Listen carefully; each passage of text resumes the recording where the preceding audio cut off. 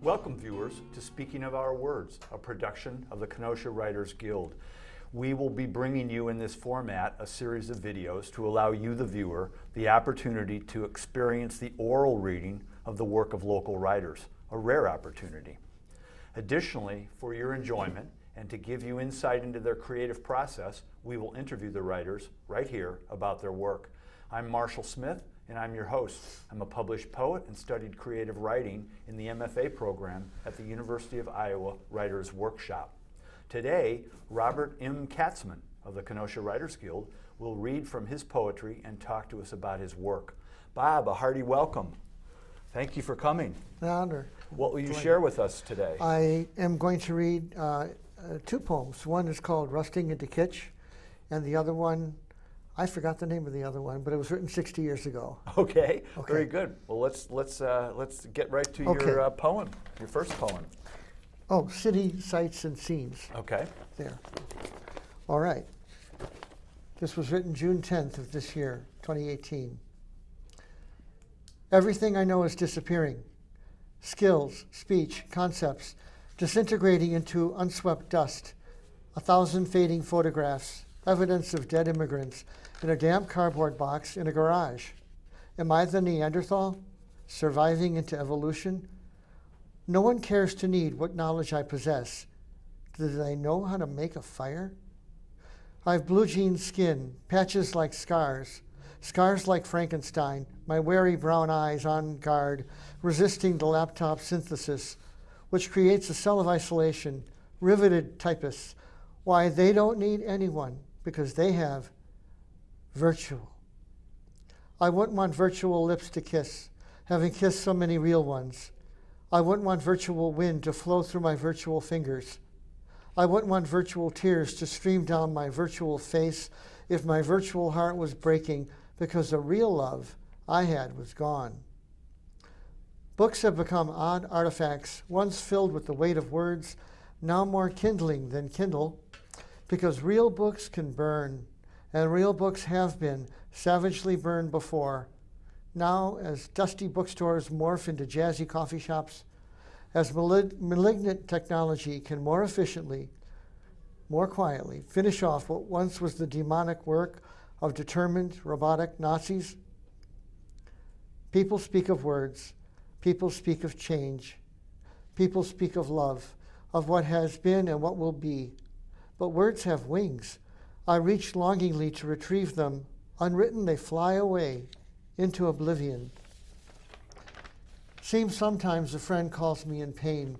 All I can do is show up and shut up and try to be whatever he or she needs me to be, actual touching distance away, to keep them sane. The curse of knowing history. What am I saying? The living Jew is history, the numbing sense of being the last man standing in the Alamo. No one left to talk to. No one left to remember what really happened once upon a time, 50,000 times ago. If I could bottle my melancholy like peanut butter, maybe it would sell as smooth, creamy kitsch, depression on demand, portable transition to suicide, no waiting. Alone now after decades, I populate the past, a village of faces in my imagination, her beautiful face appearing among them, seeking me. We became such that each of us felt the other was equal to or more than the other, each strong enough to face the bad times, but welcoming the warmth of backup. A passionate young love affair, bookended with respect, the passion ending with old fingers seeking old fingers, when tubes enveloped her, her hair on the floor, half her skull cut away, part of her spine disintegrated, as the doctors relentlessly destroyed her stunning body in their fruitless pursuit of too many cancers. 1 second. I am old now, remembering when passion was new, more word than conception, when a kiss was all I aspired to steal, when anything else was beyond my limited imagination. Girls had strange energies, invisible power that was so powerful. But then in a sudden rush, I learned too young about sex from much older, frustrated and disappointed other men's wives who each wanted to write their specific desires on a clean slate, maybe teach, if only just one, unvarnished youth what the hell to do. That for a woman, her sensuality, her passion, her sexuality was embedded deeply within her hips, that their strategically molded, aimed, and uplifted, proudly projecting breasts were merely soft neon lights to draw in a desirable male and capture him, like a moth lost in the glow. And their lips, those worldly women impressed on me the way a fierce woman can impress her will on a numb teenager with open arms, that they wanted me to know how to kiss their lips with care, lips kissed without impatience, lips barely touching, lips crushed with urgency, lips kissed and parted, opened the doors to everything, everything.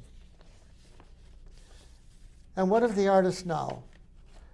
My poetry and the poet obsolete, my carefully selected words becoming unnecessary. To those who speak in abbreviated units, I'm slipping into a frightening now where words are no longer music, falling, swirling, spinning into a kaleidoscopic funnel of incomprehensible superfluousness. Salvation Army stores, flea markets, barn sales to a rustic wandering Jew like me with hot Sinai sand in my old soul, not wreckage from the past, but the fragrance and comfort of a world I once knew. To me, they are home. I am rust, and rust is beautiful. I feel like time is following me, relentlessly following me. Slight smile on time's lips, patiently waiting, time seeming like an anvil as I walk ever slower. Time creeps ever closer, gears grinding and gnashing, gaping, bottomless maw about to open, to turn crumbling, misty me from think of what he'll do to whatever became of. Very nice. Thank Thank you. It's a rich poem. The scope is immense. I mean, you're covering is this commentary about our changing culture, commentary about your romantic deep love, and then the subsequent sad loss, and then commentary about your youth and experiences, and then maybe even a fear of death toward the end that you may have. I don't know if that's fair to say or not. But the erasure of your work through the changes of life. So let me ask you, if I may. Sure. So how did you come to write this poem? Where were you? How long did it take? Just tell us about the creation of this work. This is a pastiche. It's like nothing else I ever have written. I was very depressed one day, which happens periodically since the death of my wife, but I was in the Monument Square in downtown Racine, which is a misnomer. There is no downtown Racine, but it was misty and cloudy, like a cloud on the ground. It was the perfect atmosphere for depressed people to wander around. And they had an art fair. And I started wandering around, just disconnected, and then I got this idea, and I asked somebody for some paper, and they gave it to me, and I wrote something down, and then I stuck it in my pocket, and then I went to a few more booths, and I got another stanza, and I asked somebody else for some paper. These were scraps, and I ended up with 40 scraps that weren't connected. It's just ideas, just randomly coming at me like bats. And I went home and I took out all these pieces of paper, and I thought the individual stanzas had a lot to them, but how can I put them in order? So I cut them out and I arranged them and I rearranged them into something I felt was coherent to express loss of purpose, loss of my wife, loss of appreciation of things that are good in general. In a central way, I put depression in the center because seriously depressed people sometimes don't want to be here anymore. And I went on from there. The part of the loss of Joyce was it was a real passionate relationship. 42 years didn't diminish that. And losing her was losing the memory of everything about her, her skin, her fragrance, everything. And I never fell out of love. And then I remembered how I didn't know anything. I was a klutz with it. Never could pick up a girl, didn't know what to do. And it was reversed. Girls who liked me, the few, asked me out. And when I opened a newsstand, and I was there for a while, 20 years, but in the beginning, I discovered that the high school girls had nothing to do with me, but their mothers would. They weren't the prom queen anymore. They gained weight. Nobody was chasing them. And maybe their husbands were pudgy and fell asleep when they came home. And here's this teenager working hard and relatively sleek and quiet. And I got invited to homes, or else I had a bed in the newsstand. It was bizarre. It was, I'm failing geometry in high school, and women are teaching me how to make love in my newsstand under a kerosene lantern, which became an erotic fragrance to me over time. They don't sell that as a perfume, but I'd buy it. And the first person ever was a 28-year-old French Jewish woman in a trench coat carrying a cello. And I was 17, and we communicated. Yeah. Wow, that's quite a story. And, yes. And that, I understand the poem even better as you tell me all of those extra details. So that's a very nice piece. So when I first saw the poem, which was a few weeks ago because I received it from you via email, what caught me right away was the title, Rusting into Kitsch. So how did you happen to choose that title? Kitsch is German, and it's a German word for a knick-knack, which is a Dutch word for a tchotchke, which is Russian Yiddish for something you like on your shelf that's old, that reminds you of something else. It's a little tiny piece of history that brings a whole scenario to you when you glance at it. I'm obsessed with language and the desire to communicate, and I have a great affection for the way old buildings get a patina of color, just like coins. I used to collect coins. Copper coins become beautiful with age. And the rust on tools, because I'm a carpenter. I built the newsstand and a lot of things, bookshelves. When you go to a store, like a flea market, and you see rusty hammers and ice picks, all kinds of things, I feel that they were used. There's a connection. And I'm rusty. I can't still do the same things. I don't see as well. I don't hear as well. I stopped running. My heart's leaky. And I think that I am a beautiful living piece of kitsch, but maybe not to anybody else. And it's kind of a woefulness. Like, who cares what I know how to do? Have I outlived being necessary? Which you cite in the poem, yep. Yeah, it's terribly wistful. Out in the library, I asked a girl, how do I send a message on my phone? And stranger, and she explained, she's about 20, and she explained what I didn't know. And then about 5 minutes later, she asked me if I would watch her stuff when she went to the bathroom, which in my world, relationships are everything. Just in 2 minutes, that little connection where I don't know what she knows, but she knew enough to ask me because she must have decided that I would do it. And that fascinates me. The ability of one person to look at another person, size them up, and assume risk. And the older you get, the better you are of absorbing what someone else is projecting, even involuntarily. And that's what I write about. I write about relationships. Intuition you're referring to. You intuit things from your Yes. environment, from others, yes.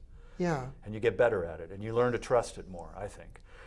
Yes. My wife said I had a strong feminine side, and I took it as a compliment because I would rather be able to be empathetic as a writer and not ignore what you're feeling when we're talking. So I'm curious, you described how that poem came to you with all of the 40 scraps of paper and walking around, and I believe it was Racine at the fair or something like that. Art fair. Art fair, right. So is that a typical way that poems come to you? The question is kind of going to how do your ideas come to you? No, I've never done that before. Oh, okay. I was feeling really awful, and I'm in a fog, and I was in a metaphorical fog. So everything fit.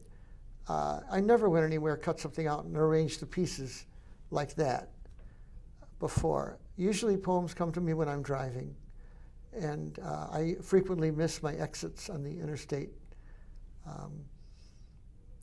There's something about moving that makes words flow. Interesting.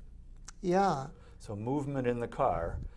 You're not actually physically moving in terms of your body, but I'm moving you're through moving space. through space, and that somehow stimulates your brain, and the words come. There is something when I'm at home with a laptop, amazing new machine, and I write out stories. When I think it's finished, I post it, and frequently there's many errors, but it's not real. It's not a living poem until I post it. Other people say, why don't you proofread it? And I said, because it doesn't work. It's got to be up there, exposed to the world, and then I feel an urgency to get it right. This is all the time. And I make mistakes. And sometimes when you're a writer, you never catch all your mistakes. So tell us, as you're going into it right now, so tell us about your editing process. You've just alluded to some of it. Do you do a lot of editing? Sure. Okay. So tell us how that works for you. It isn't like a short order cook where, here, bacon and eggs, take it or leave it. I keep taking it back and making the bacon better. I want a sentence to be in a poem. In a story, it's different. I expand it to incorporate fully everything I want to say. In a poem, I'm really stingy, and I want to chip away and get to that essence of a sentence. It's not a sentence. There's no punctuation, so that the person reading it gets it. They don't have to hunt for it. They get it. And sometimes a sentence is a word or one word, because it wouldn't work well at the end of the line. It wouldn't work at the beginning. It belongs as a connector. I have a great passion for punctuation. It's like a religion. Punctuation matters.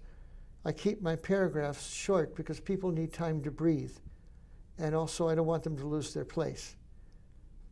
I don't think I can connect with an audience I can't see unless I feel that I'm trying to make it easy for them to absorb what I want to say.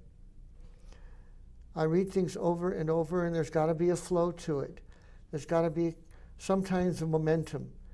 My poetry tends to tell a story, like a ballad. And it's not just random, other than this one. I want there to be a conclusion, and I want it to... A good poem or story has to have a strong start to get somebody interested. The middle has to be worth the reader's time, and the ending better be good enough for what they've invested so far. I feel an obligation to deliver. So may I ask you, as we're talking about that, when you are envisioning this beginning, middle, and end bringing it home for the reader, yeah. Bringing the value of their time invested, their intellectual or mental value. So do you envision the poem from the beginning to the end, or do you kind of learn as you go along? No, I know. It's in my head. You know. Finished. And then I put it down on paper and rearrange as I see it. It's like a theatrical moment for me to write a poem. I wish I could sing. My daughter is a singer.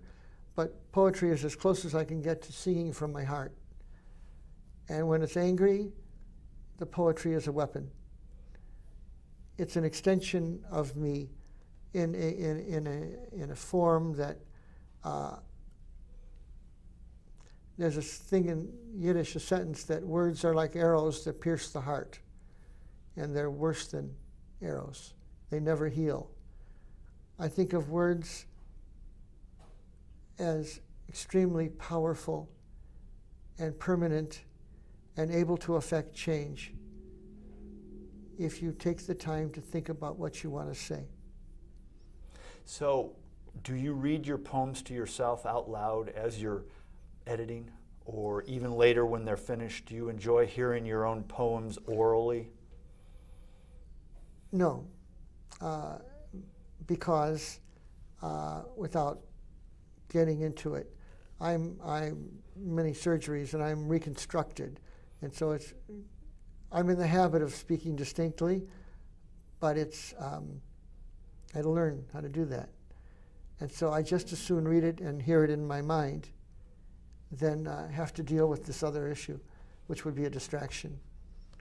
So doing this in front of you is like a performance, but at home it would just be work. Okay, so I looked at your poem, and I'm looking forward to hearing your next one in a moment. So I wanted to ask you about structure within your work. One structure I did notice, which really isn't too much of a structure, is you do capitalize at the beginning of each line. Mm-hmm. Whether that is structure or not might be debatable, but do you work with any structure at all in particular? To me, the poetry is undressed unless I start each line where the words are capitalized. And in some of my poetry, some of the words within it are capitalized. If I feel they have merit, they're not necessarily proper nouns. It's how it feels. I dropped out of college first year. I didn't know why I went the first year.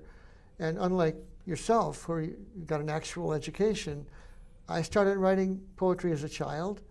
I have zero anything, no Shakespeare, no, Wadsworth or Thoreau or The Raven, Edgar Allan Poe. I like to read it, but it just arises. To me, a writer is a person who's compelled to write, and education goes two ways. Education can overwhelm a person by one way feeling they can never match these giants, which didn't happen to me because I didn't bother. My life has been one of screaming and not screaming out loud from the way my life started, and it's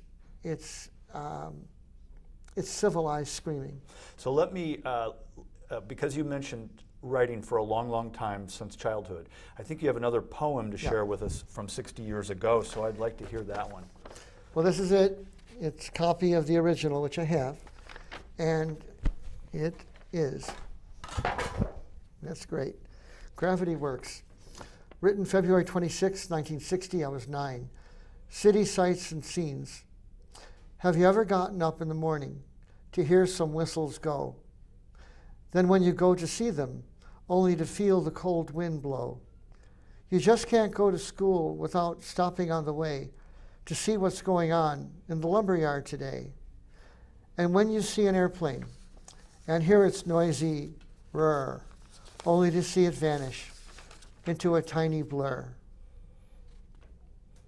That's kind of remarkable for a 9-year-old. And one thing I'm going to note, because I read this earlier, was that there's some meter that you step in with there at 9 years old, which may have been accidental or may have been intentional. I have no idea. But I dissected the poem earlier today, and I found iambs that would introduce themselves in threes on at least 2 occasions there, and then it would drift away from that. But was that intentional in any regard or accidental?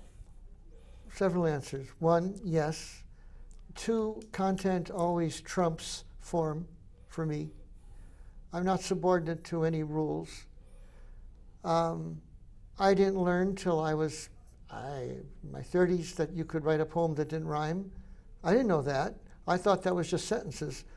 And when I learned that That's poetry, very liberating, isn't it? wow, because poetry is mathematical. Everything has to line up properly if it rhymes. And finding that I could just say what I wanted to say the way wow, fabulous. That is fabulous. So I think we're out of time now. Bob, I want to graciously thank you for coming here, talking to us, and sharing your work with us. I am honored to be here. Wonderful to hear it. Where might we find more of your work if we wanted to read more? Two places. One is Different Slants, which is like a slanted roof. Differentslants.com has an enormous amount of work on it. It's free. And if you want to buy my books, I've published 2 in March, which are autobiographical. And they are at Don't Go Quietly Press, which to me says everything. Okay. Don'tGoQuietlyPress.com. Beautiful, beautiful. Again, audience, thank you for listening and joining us in this interview. You are listening to Speaking of Our Words. It is a production of the Kenosha Writers Guild. Please come to one of our meetings, which are on the 2nd and 3rd Thursdays of each month at 6:30 p.m. at Carthage College. The meetings are open to anyone, and we welcome your attendance. Please visit our website at KenoshaWritersGuild.com or like our Facebook page, and feel free to leave a comment. We'd love to hear from you. Until the next video, I'm Marshall Smith. Goodbye.